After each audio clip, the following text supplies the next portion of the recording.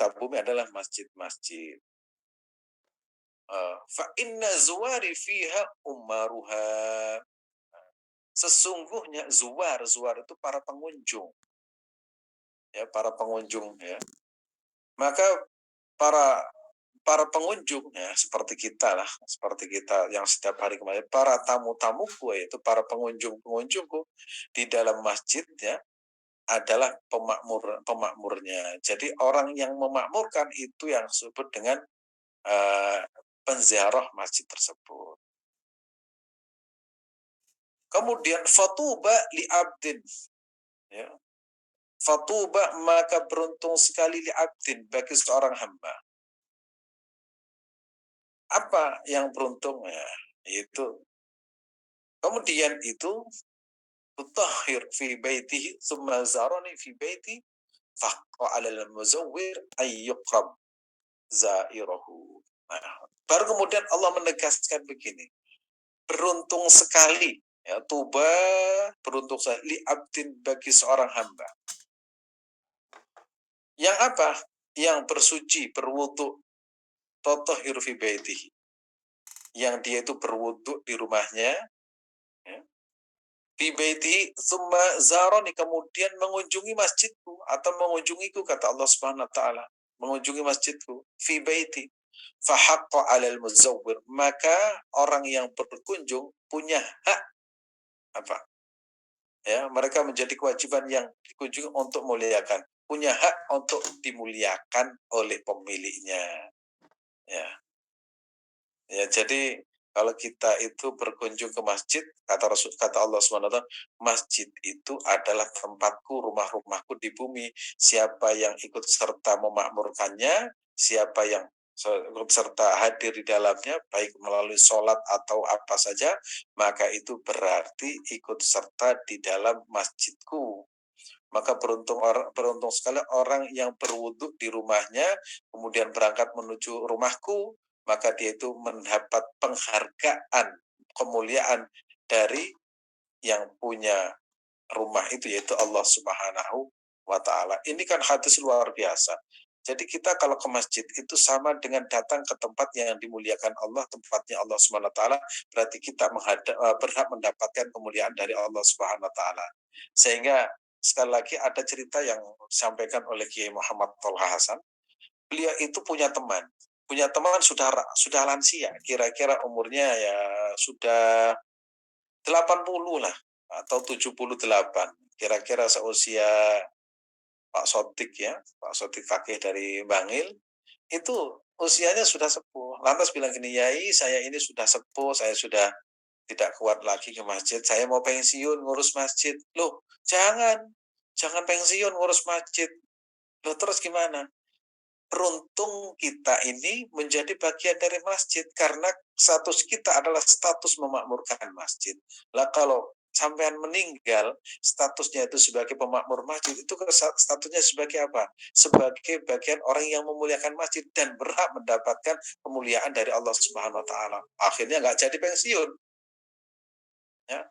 Entah itu menata sandal, entah itu hanya ikut serta sudah saya bayar listriknya, sudah saya membayar keamanannya, sudah saya bayar khatibnya, itu nggak apa-apa karena apa? Itu bagian. Maka di sini semua wa inna zuwari fiha ummaruha. Maka para pengunjung rumahku katanya Allah Subhanahu wa taala adalah orang-orang yang memakmurkan. Nah, memakmurkan itu ada dua, memakmurkan secara fisik atau non fisik. Ada juga seorang ulama itu dimanapun dia itu berada bangun masjid, bangun masjid. Sampai nggak tahu berapa jumlah masjid yang dibangun. Nah, itu apa? Karena dia itu ingin menjadi bagian dari masjid. Karena tidak semua orang itu bisa menjadi imam toh, tidak semua orang itu bisa ngaji Al-Qur'an, tidak semua orang itu bisa muadzin, tidak semua orang itu bisa mengajar Al-Qur'an. Mumpung kita itu punya bagian, maka kita punya kontribusi mungkin gagasannya, pendapat atau pendapatannya. Nah, kalau bukan pendapat kan pendapatannya. Biasanya kalau urusan pendapat itu banyak. Ini pendapat saya menaranya begini, oh itu paling banyak. Tapi kalau sudah pendapatan itu paling sulit ya. Ini pengalaman kita begitu bayar tukang itu kan kesulitan. Ini gimana ini bayar tukangnya kok 7 juta. Akhirnya saya bilang, ya sudah nanti ke rumah ya. Akhirnya uang yang ada kita bayar dulu. Nah, nanti oleh Allah diganti. Nah, itu yang diajarkan oleh Kiai Kiai Tolha. Jadi Kiai Tolha itu kalau urunan masjid, saya yang pertama kali sebelum orang lain minta saya ikut serta, walaupun tidak banyak. Itu apa? Itu kita ingin menjadi bagian dari masjid itu sendiri. Ini ya, mudah-mudahan Allah mudahkan kita semua menjadi bagian dari masjid, entah itu bagian software atau hardware. Terus lanjut. Nah, ini memakmurkan masjid berarti beriman kepada Allah Subhanahu wa taala. Qala Nabi sallallahu alaihi wasallam, "Idza ra'aitum ar-rajula yakhtaru yakhtaru al-masjida fashhidu lahu bil iman." Qala Nabi, Nabi berkata, Nabi Muhammad SAW berkata, "Idza ra'aitum," ketika Anda semua melihat ar-rajula seorang laki-laki yahtaru al-masjidah, memilih atau memakmurkan masjid. Fashhidu, maka saksikanlah lahu untuk orang tersebut bil iman. Dia termasuk orang beriman kepada Allah. Dalam ayat ini, innama ya'muru masajidallahi man amana billahi wal yawmil akhir. Innama, sesungguhnya, ya'muru, orang yang sedang memakmurkan masajidallahi, masjid-masjid Allah. Innama ya'muru masajidallahi man amana billahi wal yawmil, termasuk orang-orang yang beriman kepada Allah dan hari akhir. Makanya kita itu harus berusaha bagian dari majlis. Saya punya teman, ini seorang profesor bahasa Arab. Itu saya mencontoh beliau. Jadi kalau sholat dimanapun pasti mengeluarkan uang, entah itu 100.000, 500.000, masukkan uang. Kemudian sholat 2 rakaat. Dan saya mencontoh bukan karena inisiatif sendiri. Saya menyaksikan orang ini. Saya temukan jawabannya. Pertama, dia itu sholat 2 rakaat. Ia ingin masjid itu, tempat yang digunakan sujud itu kelak menjadi saksi di hadapan Allah Subhanahu wa taala. Itu pertama.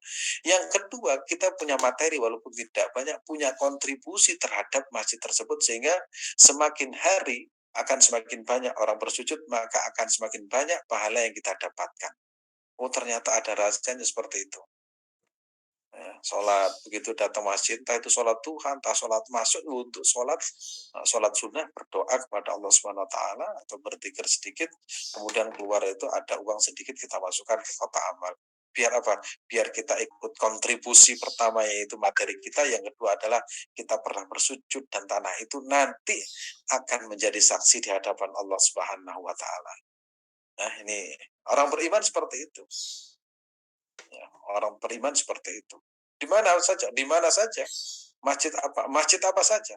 Di desa, di kota, dimanapun.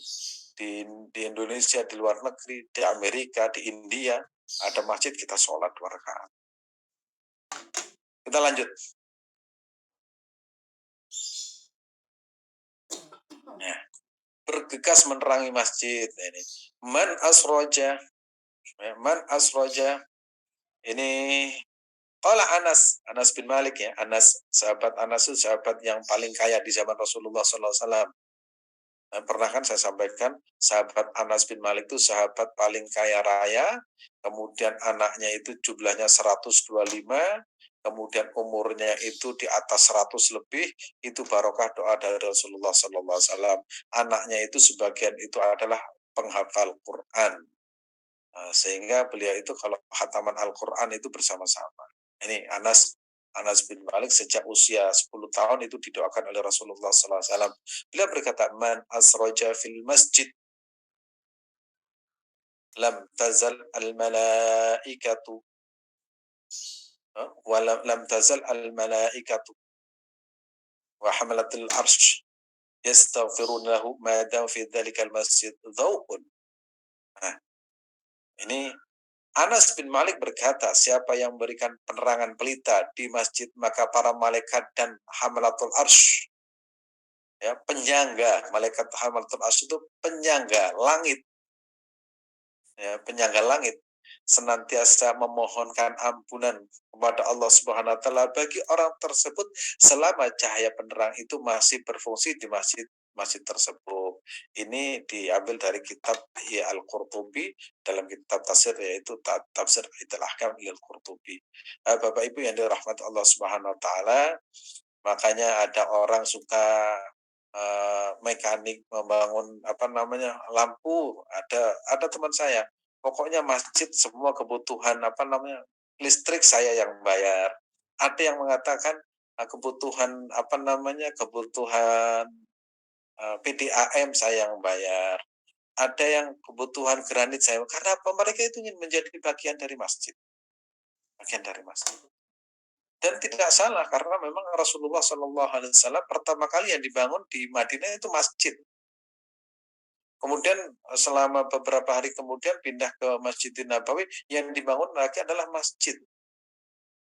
Jadi kalau kita punya keinginan dan punya kemampuan seperti itu, berarti telah melaksanakan apa yang disampaikan oleh baginda Rasulullah SAW dan juga di baginda Rasulullah dan juga para sahabat dan Muhammad Shallallahu Alaihi Wasallam. Dan itu dilakukan oleh para ulama, ya, dilakukan oleh para ulama dan juga dilakukan oleh orang-orang soleh, ya, orang-orang soleh. Dan kita berusaha, mudah-mudahan kita diberikan panjang umur, terus menerus ikut serta di masjid yang kita bangun untuk untuk menjadi rujukan orang-orang yang bersujud kepada Allah Subhanahu Wa Taala dimanapun berada.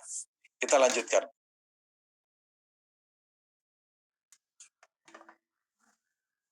Nah, memakmurkan masjid itu bagian dari iman kita. Innama ya'muru masajidallahi man amana billahi wal yaumil akhir. Maka saya bagi memakmurkan masjid itu ada dua, yaitu memakmurkan secara hardware atau fisik, ya, atau yang disebut dengan memakmurkan secara software atau non fisiknya. Kita ini kalau fisik ya pembangunannya secara fisik, kalau non fisik yaitu ada kegiatan pengajian, ada kegiatan mengajar Al-Quran, ada kegiatan itu azan, ada kegiatan menjadi imam, ada kegiatan menjadi makmum. Itu adalah software. Kedua-duanya ini bisa berjalan dengan baik. Baru kemudian ada namanya manajemen masjidnya. Manajemen masjid itu ada ilmunya tersendiri di dalam memakmurkan secara fisik atau non fisik. Yang terpenting kita adalah ikut serta di dalam bagian masjid tersebut. Insya Allah kita itu menjadi orang yang bahagia dunia dan akhirat. Terima kasih. Saya kembalikan kepada Mas Adit.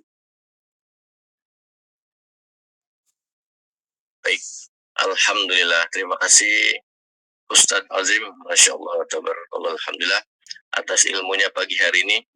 Mudah-mudahan kita semua termasuk golongan orang-orang yang bisa membangun masjid, Bapak Ibu. Amin ya rabbal alamin. Allah berikan keluasan rezeki yang banyak sehingga bisa termasuk orang yang bisa membangun masjid atau minimal menyumbang masjid. Amin ya rabbal alamin.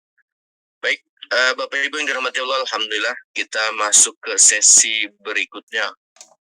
Ustadz, ini pertanyaan udah banyak banget Ustadz. Izin Ustadz, saya bacakan terlebih dahulu. Oke, baik. Pertanyaan pertama Ustadz. Ustadz, apakah ada doa-doa supaya kita bisa membangun masjid Ustadz? Doa Membangun masjid. Ya, yang bisa itu nyumbang masjid kalau doanya itu. Nah, jadi begini ya. Membangun masjid itu bisa fisiknya atau non fisik. Kalau kita tidak bisa fisiknya berarti non fisik. Menjadi bagian dari masjid, yaitu ikut sholat di dalamnya, itu boleh, ya, boleh. Dan memang tidak semua orang itu dikaruniai atau diberi amanah untuk bangun masjid. Tidak semua. Maka kita yang belum diamanai, maka sudah menjadi bagian dari masjid. Setiap hari ke masjid itu sama dengan memakmurkan masjid. Maka hadis kita kalau setiap hari sholat di masjid itu, kita masuk bagian ini. Inna buyuti fi ardi al-masajid wa inna zuwari fiha ummaruha. Itu orang yang selalu berkunjung ke masjid adalah orang yang memakmurkannya. Berarti kita insya Allah masuk dalam kategori, dan kita akan mendapatkan kemuliaan dari Allah Subhanahu wa taala karena kita memakmurkannya. Tapi bisa juga kita beri, ya Allah, karuniakanlah kepada kami rezeki agar kita bisa bangun masjid.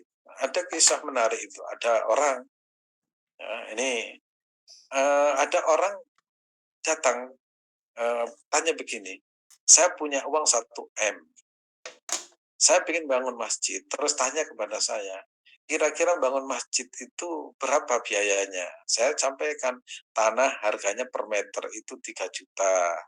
Kemudian kalau uang 1 miliar itu kira-kira dapat apa? Nah, saya hitung, kalau 1 M itu bangun masjid dan juga tanahnya itu nggak cukup, karena pembangunan saja itu minimal itu 3 M, kemudian tanahnya itu sekian. Nah, terus gimana? Ya sudah dibuat bukan bangun masjid, tapi dibagikan ke masjid-masjid yang akan digunakan apa apa digunakan untuk renovasi. Alhamdulillah akhirnya dibagikan di Kota Malang itu, ada dihitung ada berapa jumlahnya, misalkan ada 10 atau 20. Ya sudah dibagikan saja ke masjid-masjid tersebut, itu bagian dari memakmurkan masjid. Karena kalau untuk bangun itu harus nekat kan, duitnya harus besar. Kalau duitnya misalkan 10 M itu ukurannya seperti apa? Ya kalau Raza Zaid ya itu, wah itu nilainya itu berapa triliun, itu nggak apa-apa. Kalau sumber minyaknya itu. Nah kalau seperti kita petani, ya cukup 100.000, 200.000. Yang penting istiqomah ya. Insya Allah kita itu akan mendapatkan kemuliaan dari Allah karena kita ikut serta bangun masjid atau pondok pesantren atau lembaga-lembaga yang digunakan untuk belajar agama atau Al-Quran. Begitu, Mas Adit. Baik, terima kasih Ustadz Azim. Oke Ustadz, pertanyaan berikutnya Ustadz. Kalau kita menjadi perantara masjid dalam perihal mencari bantuan, terus mendapatkan tugas ya sebagai pencari dana Ustaz. Apakah kita mendapat pahala jariahnya juga Ustaz? Ya, terima kasih. Pokoknya itu masuk bagian dari ya'muru masajid, memakmurkan masjid. Kalau kita bangun bangun masjid itu kan semua perangkatnya itu kan masuk bagian tersebut. Misalkan kalau ada air, ya, kita menjadi selang, tahu selang Mas Adinya. Selang itu kalau terkena air kan juga ikut basah loh. Walaupun airnya itu muaranya ke tempat yang kita tuju, tapi kan tetap basah. Sama kalau kita itu menjadi sarana, ya tetap akan mendapatkan, tetap basah, tetap akan menjadi bagian dari masjid tersebut. Makanya jika tidak bisa, minimal kita itu menginformasikan kepada orang lain, oh di sini dibangun masjid, insya Allah kita dapat pahalanya. Basah juga, seperti air yang mengalir pada selang tersebut. Gitu Mas Adi. Alhamdulillah, amin ya rabbal alamin. Baik Ustadz, terima kasih. Pertanyaan berikutnya Ustadz. Assalamualaikum Ustadz. Kalau tawaf alas kaki kita dilepas, kemudian kita masukkan ke tas, apakah itu sama halnya kayak kita pakai sendalnya Ustaz, alas kakinya Ustaz? Terima kasih. Kalau ini pertanyaan laki-laki atau perempuan nih Mas Adi? Di sini dari Ibu Hanik Laili. Ya. Jadi salah satu kewajiban orang tawaf itu kan menutup aurat, ya. Aurat itu nanti ada bahasanya, yaitu sekujur tubuh wanita itu menurut madzhab Syafi'i itu adalah aurat. Kecuali dalam tawaf itu dibuka mukanya dan telapak tangannya. Itu ketika tawaf. Nah, kalau jalan kaki itu dipastikan memang telapak kaki itu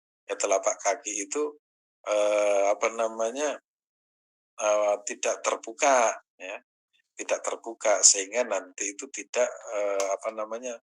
menginjak atau persentuhan kulit dengan laki-laki ketika melaksanakan tawaf, karena salah satu syaratnya yaitu suci dari hadas dan hadas kecil dan hadas besar, dan persentuhan kulit dengan seorang pria itu membatalkan wudhu kalau persentuhan itu disengaja, tapi kalau tidak disengaja itu tidak membatalkan wudhu, sehingga lebih baik tetap dipakai di dalam melaksanakan tawaf, baik itu tawaf wajib atau tawaf sunnah.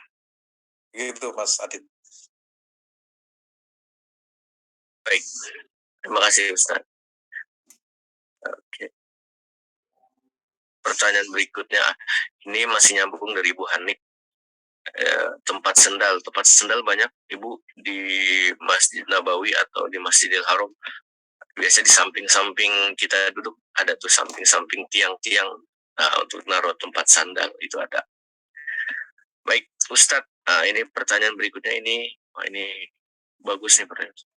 Assalamualaikum Pak Ustadz. Kalau kita secara rutin berkontribusi untuk sebuah masjid, tapi tidak terlalu sering berjamaah di sana Ustadz, bagaimana menurut Ustadz? Ya nggak apa-apa, tapi sayang. Memang biasanya namanya manusia itu ada yang suka nyumbang tapi malas berjamaah, ada yang suka berjamaah tapi malas nyumbang. Milih mana? Ya tentunya milih yang yang sering nyumbang tapi juga sering ke masjid, karena dia itu berpikir begini, saya ikut serta memakmurkan secara fisik, saya juga pula yang memakmurkan secara non fisik, hardware dan softwarenya. Jangan sampai kemudian masjid dibangun mereka kemudian tidak ada yang jamaah. Saya kan sudah nyumbang, terus kalau nggak digunakan sholat gimana? Kita juga punya kewajiban itu, memakmurkan masjid tadi itu. Makanya sering saya sampaikan, ibu-ibu sholat di masjid bagus-bagus, apalagi yang sepuh-sepuh di desa-desa itu. Karena apa? Mereka lah yang memakmurkan. Coba kalau hadis itu disampaikan, oh perempuan itu lebih bagus sholat di rumah. Itulah laki-laki itu di sawah, di ladang, di kebun, nelayan, kemudian nggak ada imamnya, ya kecuali satu orang imam sekaligus muadzin, itu yang paling banyak jamaah itu kan perempuan, maka memakmurkan masjid. Jangan sampai kemudian kita mengeluarkan fatwa tapi tidak kontekstual, ya. Keluarkan fatwa itu di desa itu nggak apa-apa perempuan ke masjid, apalagi tua-tua, kecuali yang jamaah itu masih muda-muda, ya, perempuan masih muda-muda, kemudian itu juga secara pakaian, secara kondisi itu juga mengganggu, maka itu jauh lebih bagus di rumah. Tapi kalau di desa Mas Adit, ya kalau di desa itu rata-rata itu ya emak-emak yang usianya itu 65, itu kadang kalau kita ke masjid, nah tolong saya dituntun, bawakan sandal saya, bawakan tas saya nggak kuat. Itu. Nah itu yang isinya rata-rata seperti itu. Jadi kita berusaha memakmurkan semaksimal mungkin. Nah, ingin saya sampaikan di sini ya. Di sini ada satu hadis ya, yang sangat menurut saya itu sangat bagus ya. Di sini ada satu istilah begini, ma min abdin yasjudu lillahi sajdatan fi buq'atin min buqa'il ardi illa syahidat lahu yaumal qiyamah wa bakat alaihi yaum yamut. Artinya begini, ma min abdin, tidak ada dari seorang hamba yasjudu, bersujud, lillahi, semata-mata karena Allah, sajadatan, satu sujud, fi buk'atin min bukail ardi, dari satu tempat di atas muka bumi ini, illa syahidat lahu yaumal qiyamah, kecuali tempat tersebut akan menjadi saksi dari kiamat, wabakat alaihi yaum yamut, dan bumi itu akan menangis tatkala orang tersebut wafat. Jadi gambarannya begini, Mas Adit sujud membangun masjid kemudian digunakan bersujud atau sholat di mana saja, maka tatkala Mas Adit itu wafat, bumi yang pernah digunakan sujud itu akan menangis. Karena apa? Dia merasa telah berkurang lagi orang yang bersujud kepadaku. Sebaliknya, kalau tempat digunakan dugem, misalkan pokoknya judi dan lain sebagainya, maka bumi itu menangis geram, nanti suatu saat orang itu mati akan dihimpit sekeras-kerasnya oleh bumi tersebut. Nah, ya mudah-mudahan kita tidak dihimpit, tapi bumi itu melebar, dan seperti kita di alam barzah itu seperti kita di dalam surga, yaitu ada kenikmatan karena apa? Bumi itu ya sungkan lah, masa tiap hari bersujud, masa kemudian mau menghimpit. Begitu. Masya Allah. Terima kasih Ustadz Azim, detail sekali jawabannya. Oke Ustadz, pertanyaan berikutnya. Ini masih nyambung dengan hadis tadi mungkin Ustadz. Jika kita sholat tidak di masjid, apakah kelak tempat sujud tersebut juga akan bersaksi untuk kita Ustadz? Sama. Pokoknya tempat bersujud itu akan menjadi saksi kelak di akhirat. Baik. Ustadz, pertanyaan berikutnya. Kalau sumbangan atas nama ayah atau suami yang sudah meninggal Ustadz, apakah akan sampai Ustadz pahalanya Ustadz? Secara otomatis gitu, ya, secara otomatis. Tapi kalau guyonannya gini, selama tidak kembali ya nyampe. Tapi yakin ya nyampe. Siapa namanya, Ibnu Qayyim ya, itu di dalam kitab Ar-Ruh dia menciptakan Abdul Mayyuhda ilal Mayyit, sebaik-baik hadiah ke mayit adalah sedekah. Ya, kalau kita misalkan ada masjid, ya sudah saya nyumbang atas nama ini, secara otomatis akan nyampe.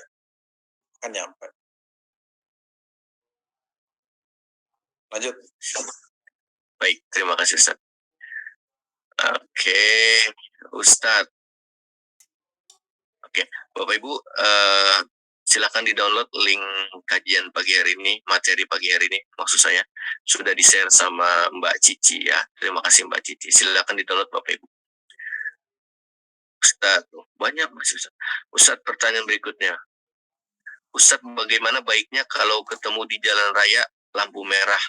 Nah, ini ada yang sumbangan pakai jaring, Ustaz, minta sumbangan masjid. Dilihat seperti kurang elok, minta-minta di jalan. Padahal mungkin bisa himpuh donasi dengan cara yang lebih baik. Memang betul, itu pernah ada himbauan ya dari pemerintah, dari berbagai kalangan, itu himbauan karena satu mengganggu apa namanya, mengganggu orang yang sedang berlalu lalang perjalanan. Yang kedua memang rasanya kurang elok ya kelihatannya. Makanya saya paling cocok itu apa yang disampaikan Kiai Tolha. Dan saya melarang teman-teman untuk minta di jalan, melarang, melarang. Tapi konsekuensinya kalau malam itu Mas Adit, teman-teman itu harus mengurangi tidurnya, kira-kira begitu. Ya, mengurangi tidurnya.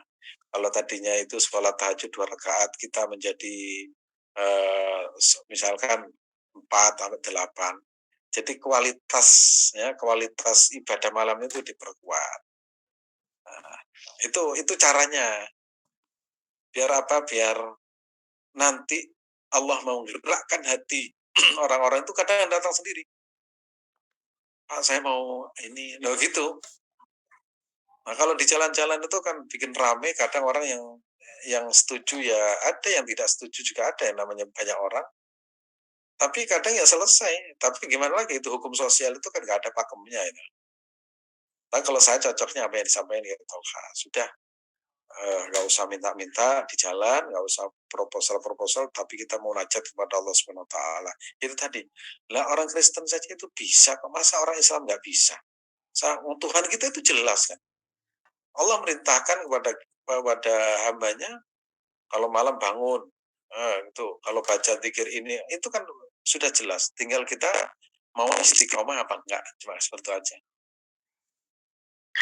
Baik, terima kasih Ustaz. Mudah-mudahan terjawab Bapak Ibu. Oke, Ustaz, ini pertanyaan berikutnya. Ustaz, kalau kita nyumbang karpet di masjid, ketika dipakai kita dapat pahala. Ketika karpet itu sudah enggak dipakai lagi Ustaz, misalkan rusak, apakah masih mengalir Ustaz pahalanya Ustaz? Terima kasih. Itu namanya sedekah jariyah ya, selama dipakai itu akan mengalir pahalanya. Nah, kalau karpet itu kan ada masa berlakunya ya, masa berlakunya. Selama digunakan untuk sholat ya tetap akan mengalir. Kalau rusak itu kan bukan tidak berguna, tapi itu bisa digunakan di tempat yang lain. Sehingga karpet yang di Masjid Jame itu kalau tidak dipakai, kemudian kita bagikan ke tempat-tempat yang di daerah-daerah tetap insya Allah berguna dan manfaat. Nah, tetap akan mengalir. Maka itu bagian dari apa namanya itu manajemen ya, pengaturan agar supaya tetap bermanfaat. Kecuali kalau sudah rusak yang tidak bisa dipakai, itu ya tetap kebaikan itu ya akan kembali kepada kita. Ya karena kebaikan itu aslinya itu adalah yang membuat pahala terus mengalir adalah ikhlas karena Allah Subhanahu wa taala. Lanjut. Alhamdulillah, baik. Terima kasih Ustadz.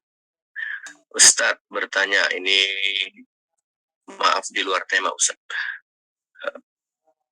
Manakah yang didahulukan kalau kita memberi infak atau sedekah untuk anak yatim atau duafa atau yayasan, ataukah keluarga saya sendiri yang dalam keadaan susah Ustadz, dalam keadaan susah itu? Keluarga sendiri dalam keadaan susah itu lebih utama.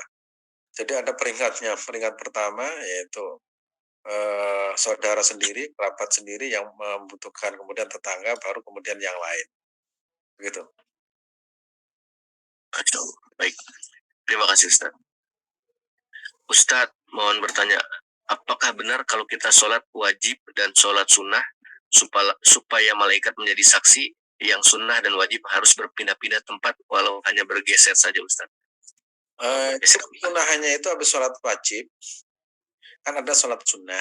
Nah, sholat sunnah itu anjurannya itu pindah, biar apa? Biar banyak tempat yang kita gunakan bersujud. Gitu. Itu saya pernah baca di kitab Al-Adhkar karya Imam Nawawi. Lanjut. Baik, terima kasih Ustadz. Ustadz, oke, pertanyaan berikutnya. Jika semisal kita ada uang 500.000, lebih baik kita sedekahkan ke masjid 50.000 per hari selama beberapa hari atau waktu, atau jika misal kita langsung memberikan 500.000 dalam satu waktu, Ustaz, apakah ada yang lebih baik dalam cara pemberiannya, Ustaz? Cara pemberian itu makin cepat makin bagus, karena yang kita berikan itu kalau semakin cepat dipergunakan akan semakin semakin manfaat ya. Kalau menunggu bisa jadi nanti dibelikan dibelikan es krim atau dibelikan lupa nanti.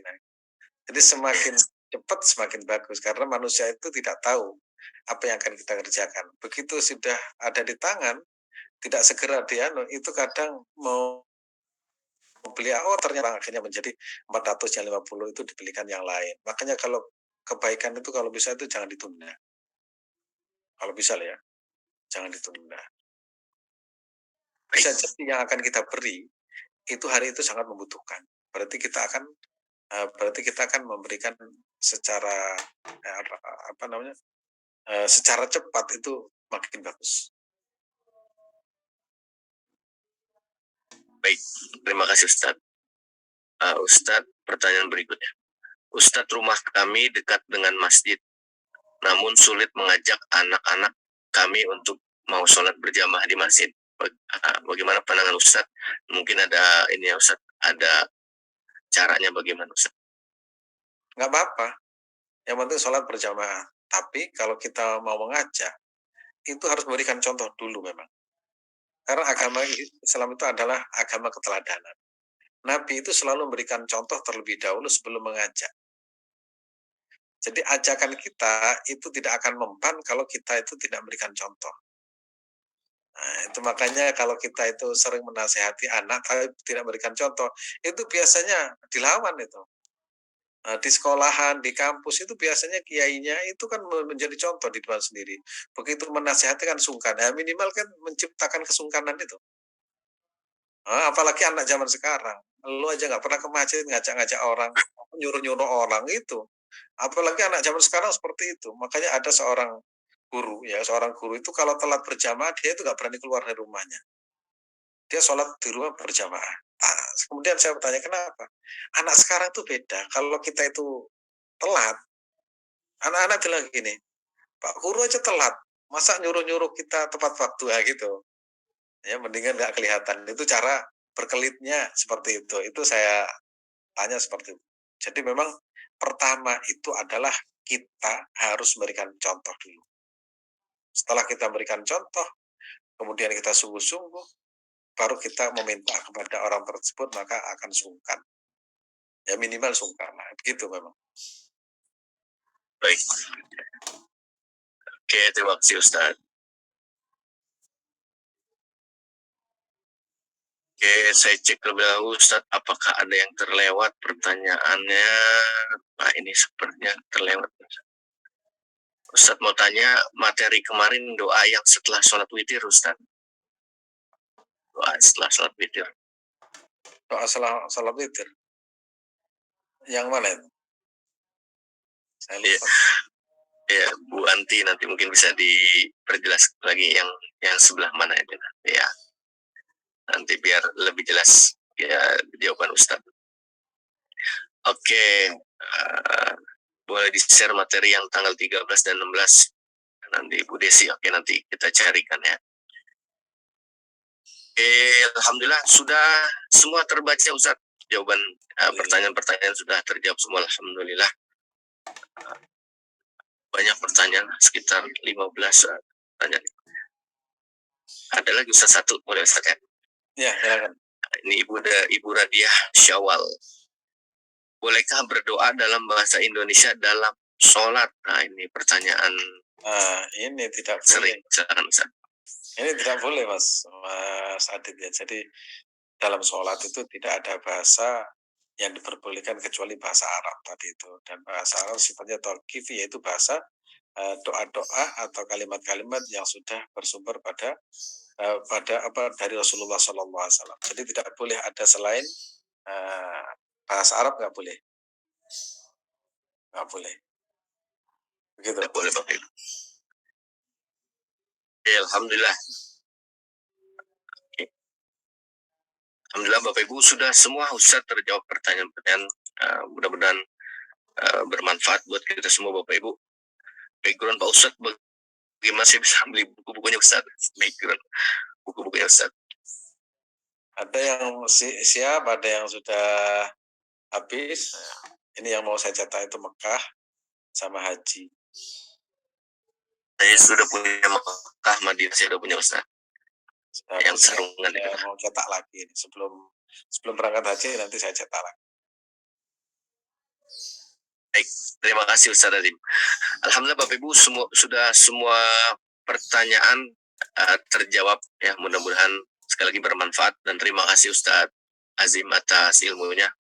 Mudah-mudahan menjadi pahala untuk Ustadz yang pahalanya terus mengalir dan Bapak Ibu kita semua bisa memanfaatkannya dalam kehidupan kita dan mudah-mudahan kita termasuk orang yang bisa berkontribusi dalam pemakmuran masjid, pembangunan masjid, baik yang software maupun yang hardware. Amin, amin ya rabbal alamin.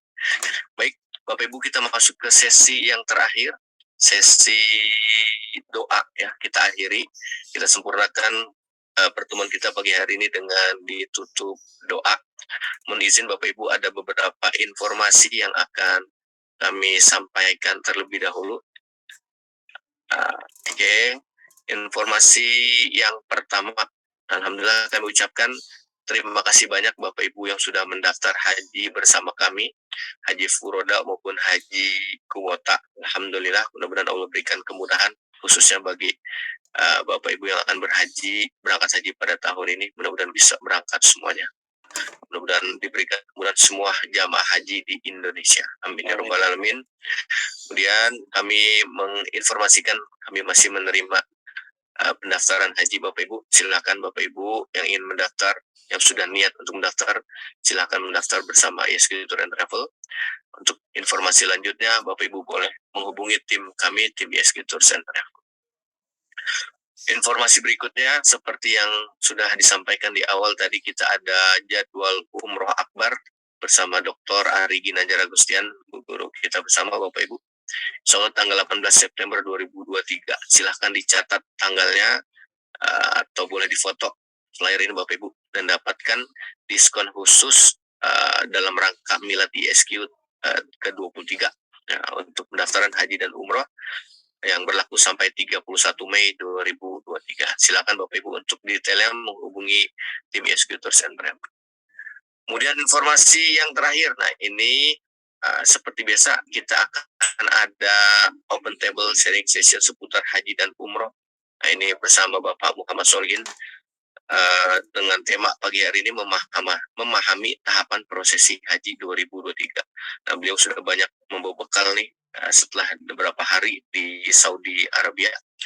Pak Solihin mungkin boleh diceritakan sedikit tentang materi kita pagi hari ini, silakan Om Sol.